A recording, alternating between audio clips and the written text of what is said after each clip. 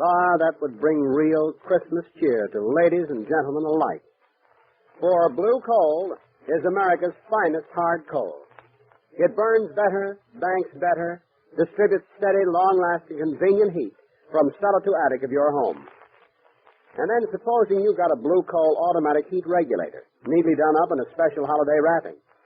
Then you'd be doubly lucky, for you'd have the perfect heating combination for economy and comfort. Blue Coal and a Blue Coal automatic heat regulator. But if you don't get the opportunity to interview Santa Claus personally, here's the next best thing to do. Phone your friendly Blue Coal dealer.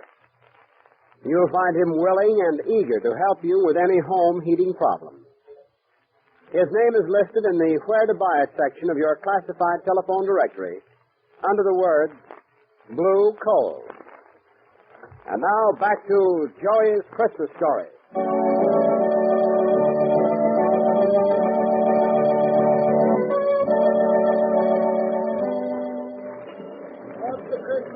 Well, there he is, Margot. What you putting on the snow now? Good afternoon, Mr. McNulty. Oh, I beg your pardon. I thought that this was Mr. McNulty's corner. Well, it was till this morning. Well, what happened? Oh, he didn't show up, so I got his uniform and location. Well, where is he, do you know? Well, they got me, mister. Maybe he's up at the North Pole getting the reindeer ready for the big run. Keep the pot boiling. Stuff him for over the mantelpiece. Well, Lamont, what do you suppose has happened to him? I don't know. Something is wrong, though. I think that the Shadow has a call to make at the McNulty flat.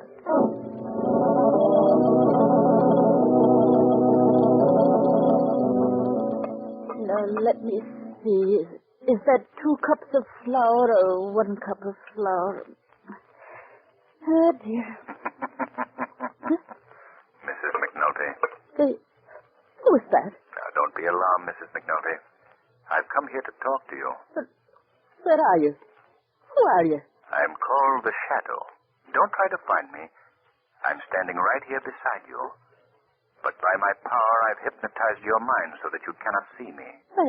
I don't understand. What do you want of me? I've come here to help you. How? How? Where's your husband? I don't know. Please have confidence in me. He's in trouble, isn't he? Yes. Tim is in trouble. Is it about money? Yes. I guess you do know, don't you? Not the whole story. No, Tim's a good man, believe me. And what he done because of me and little Joey. Tell me about it, please. Well, last night, after the doctor come and took Miss Murphy home, Tim made me a present of $65. Did you know where the money came from? No. I mean, I wasn't sure. I asked him about it. I asked him where he come upon such a sum of wealth, and he avoided the question. I see. All he could tell me was that this Christmas, Joey and I were going to have all the things he couldn't give us in the past. I understand, Mrs. McNulty. And this morning, after he went to work, I found this note from Tim sitting on the kitchen table. What does the note say? It says that he was the one that robbed Mr. Murphy. Oh, my Tim done that. My poor Tim. Did he explain why he did that? Oh, yes. That the money had been owed to him by Mr. Murphy for several years. He tried many times to collect it from him, but Mr. Murphy is, a kind of a stingy person, you see. So he chose that way of getting the money that was rightfully his. Yes, that was it. Oh, but he knew he'd done wrong in doing it that way. Tim knows that now. He knows that he'd acted in desperation, just for me and little Joey. That was the only reason. I believe that. It couldn't have been anything else. Now he's ashamed. He's ashamed most of all because little Joey knows he done it. You see, there's a back stairway from our flat to the attic, and Joey knows that. And he knew that his pop had used those stairs. Where do you think your husband's gone? Oh, if I only knew. But that isn't my only worry. Well, what do you mean? I'm afraid little Joey's gone, too. Why? He said he'd be home by 2 o'clock, and it's almost 6 now, and no sign of him.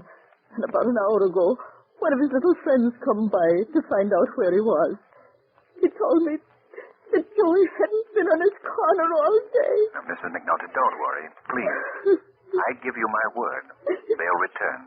And everything will turn out all right.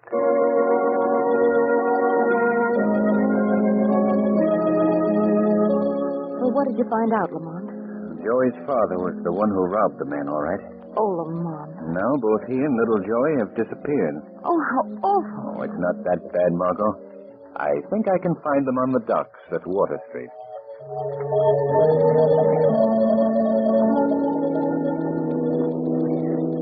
Why'd you have to do that to Mr. Murphy? I don't know, son. Golly, we didn't need the money that big. Joey, can't you understand? This year I wanted you and your mother to have all the things I couldn't give you in the past. I've been a failure, Joey. A failure. Oh, that ain't no way to talk. You've been a swell, Pop. Whatever you've done, it's done better than anybody in the whole world. Even Santa Clauses. You're the best Santa I ever seen. Better even than the real one. That's nice to hear, Joey, but say it so. Pop, I don't know what got into you. Don't you remember all the things you told me when we'd been down here by the river before? About courage and hope and the future and all the things you told me I should look for. That was for you, Joey, not for me. Yeah, but I'm part of you, Pop. Whatever you are, that's what I am. And Mom feels the same way. We're all together. All for each other, honest. Joey is right, Mr. McNulty. Who was that? Who spoke? I did. Who are you? Men call me the Shadow. The Shadow? Holy smoke, it's the Shadow, Pop. You heard of him, the invisible guy. Yes, Shadow. If you've heard of me, then you both know that I'm here to help you. Did you hear that, Pop? The Shadow's gonna help us. Yes, but how? I know of the trouble that you're in, Mr. McNulty. I know what you did to Mr. Murphy. Oh, he wasn't to blame for that, honest, Mr. Shadow. Yes, I was. I was, Joey. But Mr. Murphy was a mean old man. He had plenty of dough, and he owed Pop that money for years and years and never paid it to him. That's why Pop's done what he's done. I know. I realize that, Joey. Well, what I did was wrong, Joey, and I must pay for it. I'm going to tell my story to the police. Oh, no. I don't think that will be necessary, Mr. McNulty. There's another way.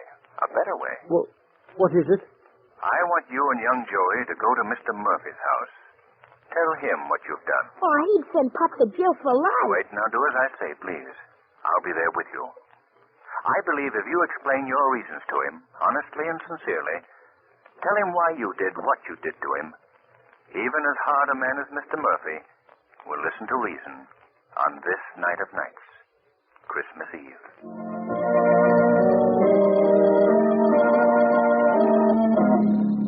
I know it. I had a feeling that you'd done this to me from the very beginning, McNulty. But I've come to ask your forgiveness, Mr. Murphy. Yeah. I've come here to ask you to understand why I did it. You robbed me. That was all. That's why you did it. But it was really Pop's money. Makes no difference.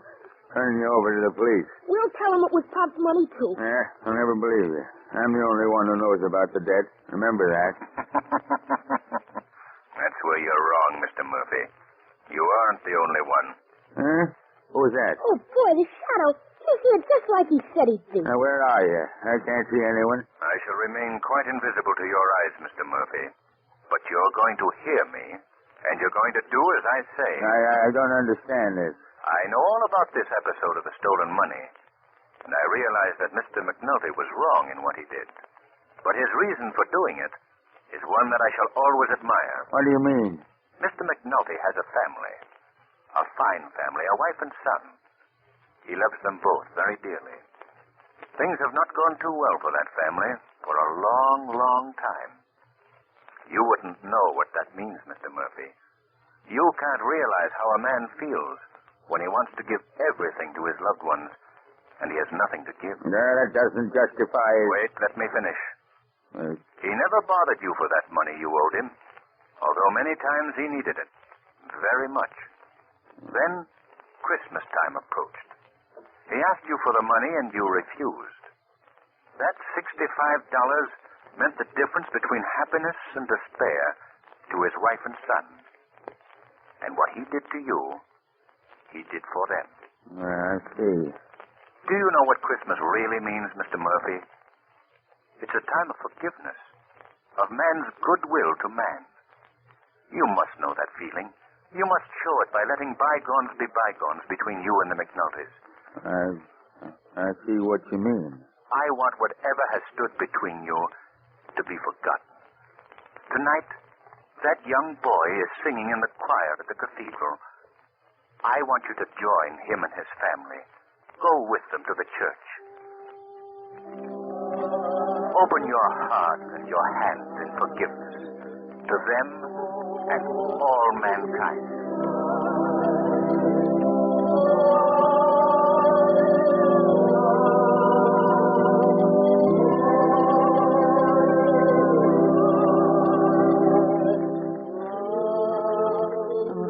So lovely, Lamont. Church, the choir, everything. Yes, it was beautiful. Oh, look, Lamont. It's snowing again. Soft, gentle snow, covering the city with a blanket of white. See, that's almost like poetry, isn't it, Pop? Yes, Joey. Poetry. Shall we walk home, Mr. Murphy? Yes, I'd like to very much. Come on, Mother. Of course, Tim. Golly, ain't that swell the way Pop and Mom and Mr. Murphy are friends and everything? Well, Joey, that's the spirit of Christmas. Peace on earth, goodwill to men. Hey, Mr. Cranston, that's your right. I gotta make a note of that in my notebook.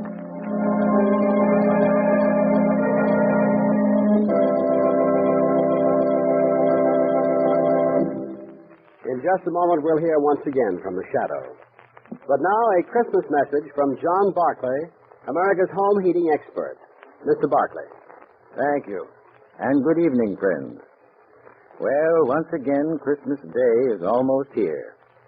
As I recall it, our last year's broadcast fell on Christmas Eve. And I'd like to repeat now what I told you then. I wish I could meet each one of you and personally extend to you the season's greetings. But not having that privilege, I do wish all of you, my unseen friends, a very Merry Christmas. And I especially include in that greeting all the John Barclay servicemen who carry the Christmas spirit of goodwill throughout the year by helping thousands of blue coal customers enjoy greater heating comfort.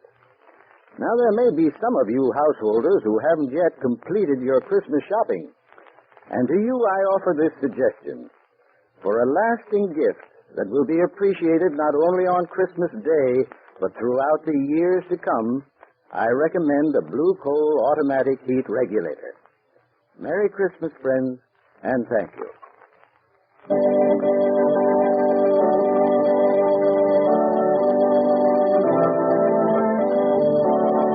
Today's program is based on a story copyrighted by the Shadow magazine. The characters' names, places, and plot are fictitious. Any similarity to persons living or dead is purely coincidental. The weed of crime bears bitter fruit. Crime does not pay. The shadow knows.